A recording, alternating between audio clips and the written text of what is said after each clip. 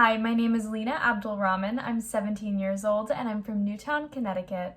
Newtown, Connecticut has always been the place that I've called home, and for many years I knew it as a safe community where nothing terrible had ever or would ever happen. That all changed on the morning of December 14th, 2012. As I sat huddled with my peers in the corner of our 4th grade classroom on lockdown, 20 students and 6 educators would be murdered only 4 miles away in one of my town's other elementary schools. While I was only 9 when the tragedy at Sandy Hook Elementary School occurred, I felt the pain and immense heartbreak that filled my community. As all of the elementary schools joined for middle school, I was suddenly surrounded by so many who had witnessed the shooting firsthand, as well as some who had lost siblings. In the years following Sandy Hook, I felt hypervigilant to anything revolving around gun violence.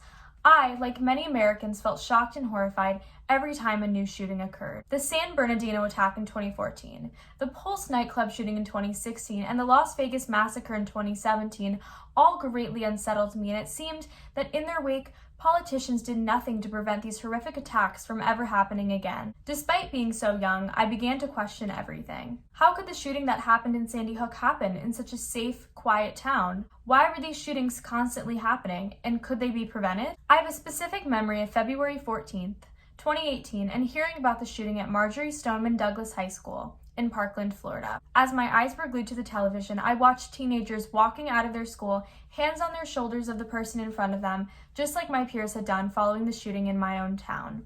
As I continued to watch the live coverage following the shooting, I realized that in a terrible, disturbing way, I, like so many others, had accepted the fact that mass shootings had become a part of everyday American history.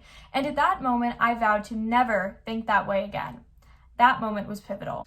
In the weeks following the shooting at Marjory Stoneman Douglas High School, I would go on to participate in my first ever anti-gun violence event. I partook in National Walkout Day on March 14th, an event done nationwide in memoriam of the lives lost in Parkland, Florida. 10 days later, I attended March for Our Lives with a group from my school that I had recently learned about, called the Junior Newtown Action Alliance, a group that fought to end gun violence. Myself and the group, which consisted of members of my community, all were bused to Washington, D.C. March for Our Lives was among the biggest youth-led protests following the Vietnam War era, and there were around 700,000 attendees in D.C. alone. There were also 880 sibling events nationwide and worldwide.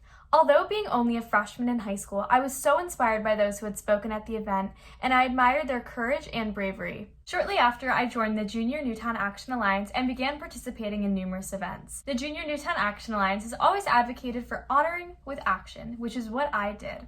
In June of my freshman year, I attended a die-in, which commemorated the lives lost during the Pulse nightclub shooting. That same month, I traveled to Brooklyn, New York to participate in the Youth Over Guns March. During the Youth Over Guns March, hundreds of activists, including myself, walked over the Brooklyn Bridge in support of urban communities and seeking solutions to end gun violence. Then, that same summer, I met many of the Parkland High School students after they traveled to my town of Newtown, Connecticut for their Road to Change event. In a way, it not only felt comforting to meet those who understood what it felt like to go through such a similar tragedy, but it also felt very empowering. I would go on to continue my activism work and was fortunate enough to travel to the National Vigil for All Victims of Gun Violence, a 2-day event in Washington, D.C.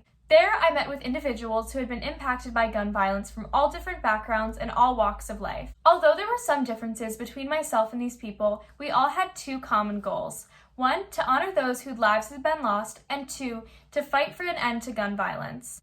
While attending this event, it struck me to see how many of these people came from urban communities and areas much more diverse than mine. On my trip to DC, I was able to meet many legislators and lawmakers, even meeting now Vice President-elect Kamala Harris, who congratulated myself and my peers on our commitment to preventing gun violence. As my high school years progressed, I continued to work hard to prevent further gun violence, not just in places like my community, but in areas that are often underlooked, like urban areas and communities of color. Although the coronavirus has certainly made it hard to travel, I have been able to stay active in the Junior Newtown Action Alliance. I have been phone banking for gun-safe candidates and have been managing the Junior Newtown Action Alliance's Instagram. This year, I was also elected onto the Junior Newtown Action Alliance's board as community outreach, in which I will strive to greatly reduce gun violence and create a safer world nationwide. The pain that my community has felt following the shooting at Sandy Hook Elementary School is one that no one, nor community, should ever have to feel. And that is why I fight and will fight every single day for safer gun legislation and control.